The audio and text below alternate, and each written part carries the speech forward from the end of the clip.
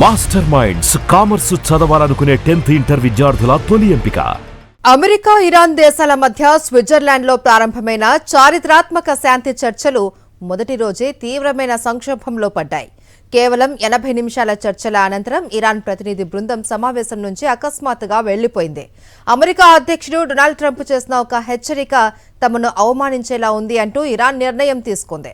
మరోవైపు అంతర్జాతీయ ఇంధన రవాణాకు గుండెకాయ లాంటి హర్మూజ్ జలసంధి మూసివేతపై ఇరు దేశాల సైన్యాలు పరస్పర విరుద్ధ ప్రకటనలు చేస్తున్నారు. దీంతో ప్రపంచవ్యాప్తంగా ఆందోళన వ్యక్తమవుతోంది.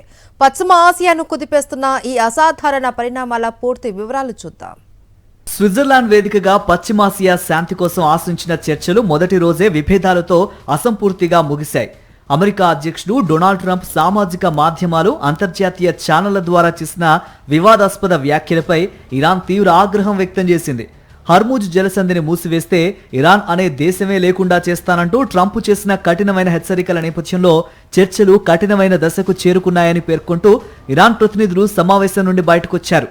లెబనాన్లో ఇజ్రాయెల్ దాడులు పూర్తిగా ఆగిపోతేనే తాము తుది ఒప్పందంపై చర్చిస్తామని, అమెరికా తన బెదిరింపులను మానుకోవాలని ఇరాన్ ముఖ్య రాయబారి మహమ్మద్ బాగిర్ గాలిబాఫ్ స్పష్టం చేశారు. ఈ రాజకీయ ఉత్కంఠకు తోడు జలసంధిలో ఏం జరుగుతోందనే దానిపై తీవ్ర సందిగ్ధత నెలకొంది.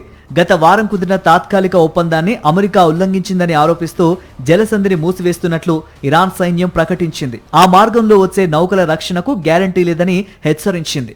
అయితే అమెరికా రక్షణ విభాగం ఈ ప్రకటనను తోసిపుచ్చింది. హర్మూజ్ జలసంధి ఇరాన్ నియంత్రణలో లేదని, తాము ప్రత్యామ్నాయ సురక్షిత మార్గం ద్వారా గత 24 గంటల్లో 67 వాణిజ్య నౌకలను దాటించామని అమెరికా ఇంధన శాఖ మంత్రి ప్రకటించారు. అయినప్పటికీ ఇరాన్ దాడుల భయంతో అంతర్జాతీయ నౌకలు తమ గుర్తింపు పరికరాలను నిలిపివేసి ప్రయాణిస్తూ ఉండడంతో జలసంధి గుండా నౌకల రాకపోకలు గణనీయంగా తగ్గాయి. ఒకవైపు దౌత్య చర్చలు నిలిచిపోవటం, మరోవైపు చమురు రవాణా మార్గంలో యుద్ధ వాతావరణం నెలకొనడంతో అంతర్జాతీయ మార్కెట్లో మళ్లీ ఆందోళన మొదలైంది. మరిన్ని అప్డేట్స్ కోసం ఛానల్ ను సబ్స్క్రైబ్ చేయండి. నోటిఫికేషన్స్ కోసం బెల్ ఐకాన్ పై క్లిక్ చేయండి.